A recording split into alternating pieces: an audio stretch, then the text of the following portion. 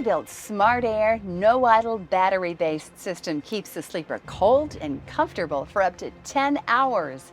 The system can also be paired with a fuel-fired sleeper heater. SmartAir controls are located in the sleeper control panel within easy reach of the sleeper bunk. The fuel-fired sleeper heater system includes an underbunk heater, fan-powered circulation, and is controlled by the SmartAir controller in the sleeper. To activate auto start, press and hold the auto start switch for 3 seconds.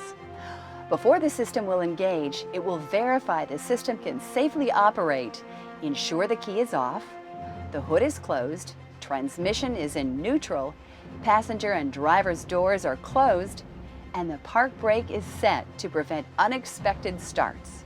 When combined with auto start, SmartAir will automatically start the engine to recharge the batteries when it senses the charge of main and auxiliary has dropped too low.